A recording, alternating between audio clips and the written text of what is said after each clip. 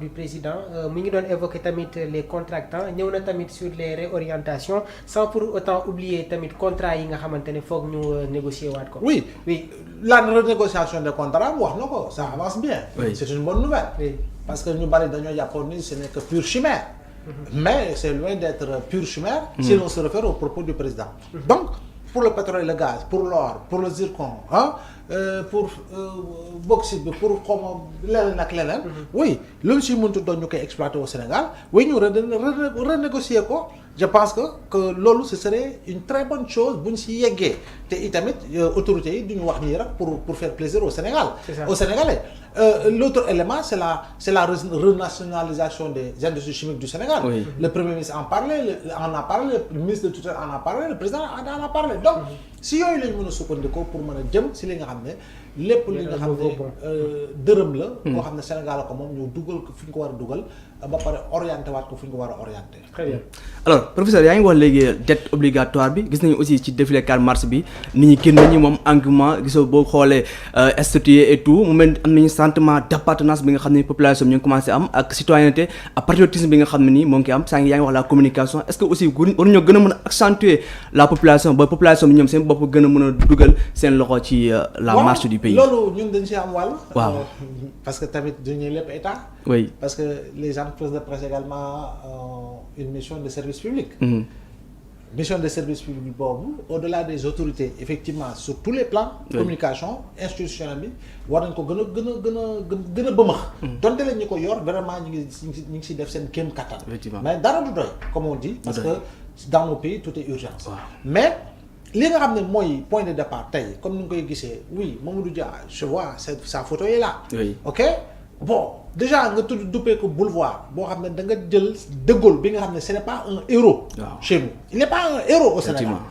De Gaulle Oui. c'est un héros en France. Waaw. te héros boobu sax daa li koy xool c'était un réfugié à Londres. Oui. yaa ngi dégg. li ñi guerre bi moom guerrul ñu guerre ñeneen ñu guerre si guerre bi. Guerre ko. da nga Oui. si officier ëpp ci tour yaa ngi dégg. Ah oui. tey jii nii bu ñu la nee deuxième guerre mondiale kañ ngay njëkk xalaat si officier yi gën a mag Zhukov pour l'URSS. kan ngay xalaataat général Patton. kan ngay xalaataat général Eisenhower. kan ngay xalaataat général Montgomery. kan ngay xalaataat général Clerc et cetera. De Gaulle ñëw ko. Voilà. Donc voilà, c'est juste pour dire Oui. que man, en réalité, le gaullisme ne m'a jamais inspiré, très sincèrement. Le gaullisme ne m'a jamais inspiré, même si au Sénégal, il y a eu des gaullistes. Oui. Mais man, le gaullisme ne m'a jamais inspiré en termes d'orientation et d'idéologie politique. Parce que De Gaulle, en réalité, il a été koo xam ne dafa réprimer dafa opprimer véritablement les populations des colonies. waaw li mu fi def surtout par rapport à la guerre d'Algérie et consorts. il fa xew lépp. Oui. Plus tard aussi France continuait dans sa bêtise coloniale jusqu'à bañ koy duma fële à Dien Bien Phu en Oui. 1954. Oui. Voilà donc bu ñu jëlee boulevard bu toll noonu Mamadou Dia la mu fa liggéey si moo fa njëkk a lal goudron. yaa ngi comprendre ak patriotisme souverainisme bu mu doon incarné. tey jii nii ak li mu xeex véritablement pour bokk si ñi nga xam ñoo xeex pour l'accession de notre pays à la souveraineté nationale nga doppee ko boulevard bi nga xam ne fa la ñuy défilé muy marqué véritablement notre accession à la souveraineté internationale. Effectivement. yooyu ce sont les bons points de départ justement. Oui. Ce sont les bons points de départ. Il faut quand même que l'on puisse parler de notre histoire. Wow. Il faut ñu xam kan mooy Mamadou Dia. Il faut ñu xam kan mooy Valdiodio Ndiaye. Oui. Il faut ñu xam kan mooy Joseph Mbaye. Il faut ñu gën a xam kan mooy Ibrahima Sarr. Il faut ñu gën a xam kan mooy Majmout Diop. Il faut ñu gën a xam kan mooy Adja Thioumbe Sam. Il faut ñu gën a xam kan mooy Adja Caroline Faye et cetera et cetera et cetera. Ouais. C'est-à-dire que suñu la ñu bokk tey bokk lañu suñu njëkk tabax état. njëkk tabax république. Donc je pense que loolu foofu la noonu li ngay wax approche patriotique boobu. Oui. d'engagement citoyen boobu ngay wax effectivement si yooyu la il faut nga xam attends ñan ñoo doon suñu bàyyi suñu maam démb. mais nga am fierté. waaw fësal leen wane leen. Oui. dafa am lu muy yokk si yow. yow 4 avril défilé buy daw. Oui. musique des forces armées di tëdd. di Waaw. tëgg amul looy yëkk. Bien sûr. ah Bien sûr. bu ñu lay woyal Waaw. Buuna Njaay. Oui. ah di la woyal Ninki Nanka. yu Waaw, demee waaw. am na looy yëg. Oui. du dëgg. Waaw. donc loolu noonu sa deret googu la ngay yëg en réalité. Oui.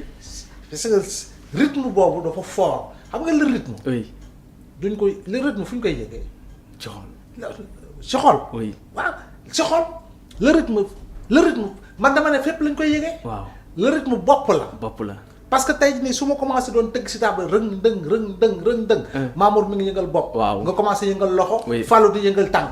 kon le Senghor waxoon si rythme c'est un choc vibratoire qui à travers les sens pénètre les racines de l'âme foofu nga koy yëgee.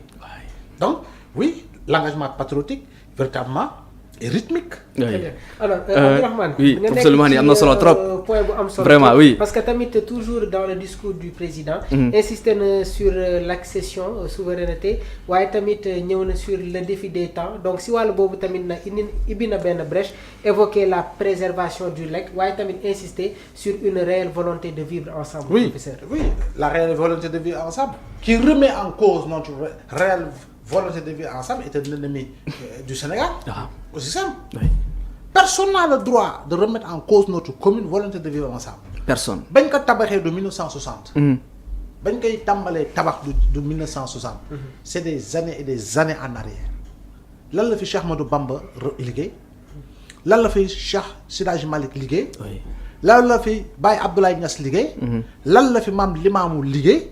lan la fi Cheikh Omar Foutiyou Tall liggéey. lan la fi ñeneen ñu bokk ci jàngu bi liggéey. lan la fi kilifa aada kilifa cosaan yi liggéey. lan la fi imam yuy xutba depuis autant d'années lan lañ fi liggéey. lan la fi chef de village bi liggéey. lan la fi autorité gouvernementale gannaaw boo yamee républicain 1960 liggéey. ah mais écoute yaatu na. on ne doit pas remettre en cause tout cela. Oui. Divergence de position c'est partout. nee naa la gis nga boo demee YouTube nga jël suratul Yaasin suratul Baqara suratul Nas boo xam nga tànn baatu Mohamed Soudayis wala nga tànn baatu sëñ Hadi Touré ah yaa ngi dégg baaraam yi ñaar la donc dafa am bii mooy ban ok j'aime oui amul baaraam bu def nii waaw lu moyen nag je n'aime pas. oui am na ñu am fitu dañuy bës je n'aime waaw pas mu te ngi pourtant waxu yàlla la. ah oui est-ce que dégg ngeen ma. oui boo leen xool j'aime yi da nga mën nga gis ay 600 000 j'aime. waaw nga gis ay 15 je n'aime pas. waaw mais ñooñu am sañ-sañ bës je n'aime pas c'est au nom de la démocratie yàlla bàyyi la ñu agir. yàlla nee na sama wax la ku bës je n'aime pas ma duma la léegi-léegi waaye yàlla dumalu leen léegi-léegi. d'accord yaa ngi gis. Oui. kon boog position oui dans l'adversité oui mais sans animosité. ku nekk na taxaw argumenté ci xalaat ak xam-xam. way yenn xeex yi bu jotee ak noo koy xeexee parce que au-delà de tout constat gisoo ko fi politicien boo xam ne taxaw na firndeel ni oui j'appelle tout le monde jiitu ba pare ñi topp ko mu ne je vais au palais. prof Ibina Brèche de Abdourahmane. waaw waaw amagul. oui lu tax. parce que am na loo xam ne xam nga ni doo fa yegg. oui ak lu mu tar am na loo xam ne sa xel mayu am nay ko waa fa limite. yegg oui si dafa am limite. waaw. kon limite boobu nag dañ ko warul franchir. chacun a sa ligne rouge. Oui. man dama am sama ligne rouge boobu waruma ko franchir. tey su ma traversé sama ligne rouge xas Mamour mais la muy yëg si naqar. est-ce que mën naa ko mesurer. oui su dee dama ko jiiñ lu dul dëgg. est-ce que la muy yëg si naqar man dinaa ko mën a mesurer.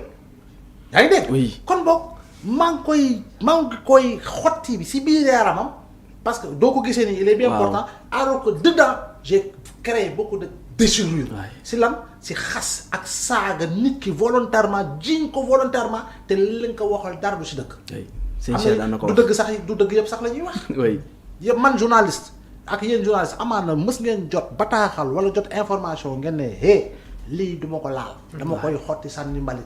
parce que su ma ko génnee suba am na lu yëngu si dëkk bi. effectivement loolu am le débat est intéressant et passionnant Mamour alors foofu brèche la oui dañuy ça va jàll nous permettre waaw de rentrer bien sûr sur le plan sur politique bien sur sûr ak dialogue yi nga xamante ne sax suñu njiitum réew annoncé na ko ci wàllu boobu. bien sûr dañ koy tàmbale ak Mamour gis nañ le face à face du président ak avec une partie de la presse professeur dañ tàmbale ak une déclaration forte bi nga xam ne le président def na ko jour boobule je veux des ministres forts des DG forts et un super ministre super fort.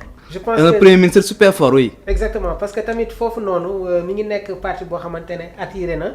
la réaction des acteurs politiques donc lu ñu si mën a wax rek mooy tey jii c'est pouvoir que le président pourrait léguer à son premier ministre Ousmane Sonko. Déjà rek le duo Diomaye Sonko actuellement mi ngi continuer de susciter de vives discussions waaye tamit ñu ngi dugg dans une nouvelle phase de son partenariat en tête de l'exécutif. Une évolution récemment confirmée par le président de la République lui-même lors d'une rencontre bi nga xamante ne amal na ko avec nos compères journalistes au palais présidentiel. Bassirou Diomaye Diakhar Faye jot na exprimer clairement sa vision du rôle du premier ministre li mu wax nag